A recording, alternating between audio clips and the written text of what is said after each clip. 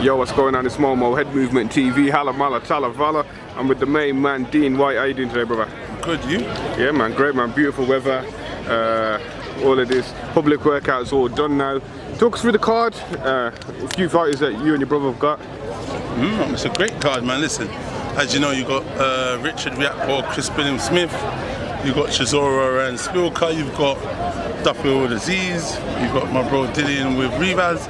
You've got a Coley with who's he fighting again? There was a pull out. I think that was supposed to get announced today. I don't think it has just and then yet. You've got David Price and Allen. Listen, the list goes on, man. There's really, really good 50-50 fights. So let's see you Saturday night, man. Hopefully, you know, the fans are in for a good old night at home, at the watching the TV, and the guys in the arena. You know what I mean? It's great. Personally, I'm interested in the development of Richard Riakpo. Looks apart, looks rare, and I think that fight, this fight's could be a good one to see how good he is. 100%. Because those two are big, you know, very good prospects. Obviously, that's a stablemate of Coley's. So he's had great preparation for Richard. You know, big, strong.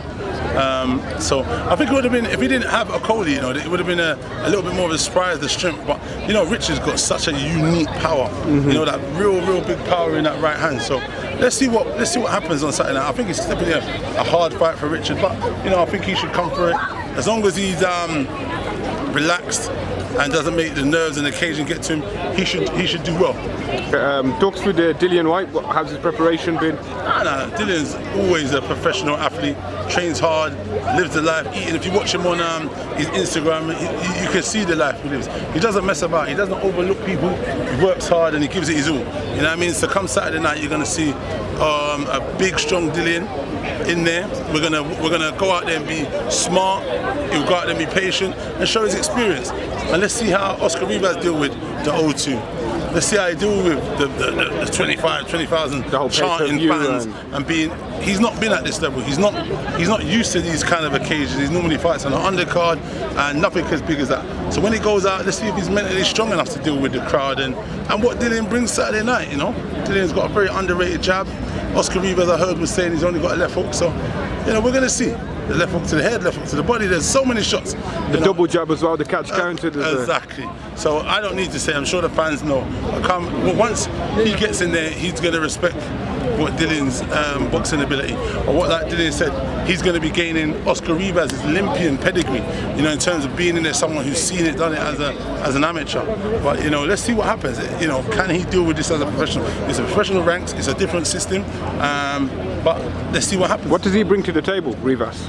Do you know what? He's undefeated, he's got knockout power, and he's a little machine, but I do see him. He's got the fast twitch muscle, he's got the explosive. Especially for such a short... early rounds as well. But you know what I've noticed? I don't know if his feet are that fast. I know his hands are quite fast. I don't think he moves his feet that well. So, you know, at the same time, you know, I think potentially he could...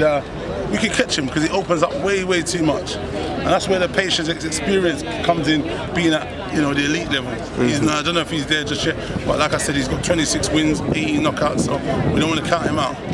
Okay, so what do you make of the WBC decision today? They've announced for the interim. I heard this a little while ago, to be honest with you, but obviously they've confirmed it. But you know, it's definitely a move in the right direction. But let's see what happens. You know what I mean? It's a lot of things have been said by the WBC, like even DILLIAN said up there when he was talking. So we're going to take it with a pinch of salt. We're not really worried. First things first, get a win Saturday night, and then you can call yourself an interim world champion. And then we look at, hey, the likes of whoever's going to win. You know, you've got Wilder has to get past Ortiz first, and then he's got to get past Fury. So there's a long way out. So we've still got to go back and assess after Saturday what our next move is. What's the situation with Fury at the moment? Fury is meant to be fighting either Miller or... is it Brian? Yep. One of those two. So I don't know. I'm not too sure. So we'll have to. And do you think there could be anything with him and DILLIAN in the future, or like you said, if long way around? If he wins the WBC belt, potentially, yeah, because that's what we're after, isn't it? And then remember, DILLIAN will be mandatory once he wins. But let's not get carried away with that because he only fights in America. He's still got to go out there and beat Wilder. That's still a big ask. I know he beat him the first time and they robbed him, but I'm sure Wilder's going to be better prepared, and so is Fury going to be better prepared. You know what I mean? Because that's the brother Whyte and Fury is a very interesting fight for myself anyway, because I think Whyte is the only natural body puncher out of the lot. I didn't want to talk too much on camera about certain stuff because I know exactly what style of fight we're going to bring to him. You know what I mean? Because most of these guys, they don't know the style to fight this kid. And Deontay started going to the body against Fury, but if it's not natural, if it's not your thing to do, it's easier said than done. And Whyte and Fury to me is actually probably the best naturally gifted heavyweight that's out there in terms of his ability, his movement. For someone who's 6'8.5", 6'9", you shouldn't move like tremendous. He shouldn't box and move the way he does. But you know, we'll set out a good game plan and a formula to try and defeat that guy. And if that ever came down the line, but like I said, we're not overlooking Rivas for Saturday, so let's get that, and then we can talk about all the other possibilities in the world, because the realm is still very big and wide, you know what I mean? But like I said, if you overlook these people, you can come unstuck. Okay, before I let you go, quick prediction on the Allen Price. And do you know what, Allen and Price, for me, Allen is the person who's been fighting a better caliber opponent, has got the better wins. I'd go with him at the minute. I would like to see David Price see the bell and have a good fight, because that will do wonders for his mental stability and strength. That's what I'd think. So I hope he does well, and kudos to those guys. Let the best man win. Yep, and your old friend Chisora and Stoltzka. I hope Spilker wins. You hope Spilker wins? Yeah, I hope he wins. Okay, no problem. And let me shout out my man Shakan. He's fighting for the English title also. Yep. And September the 27th, we're going to do that on BT Sport, a Frank Warren show. So your call as well.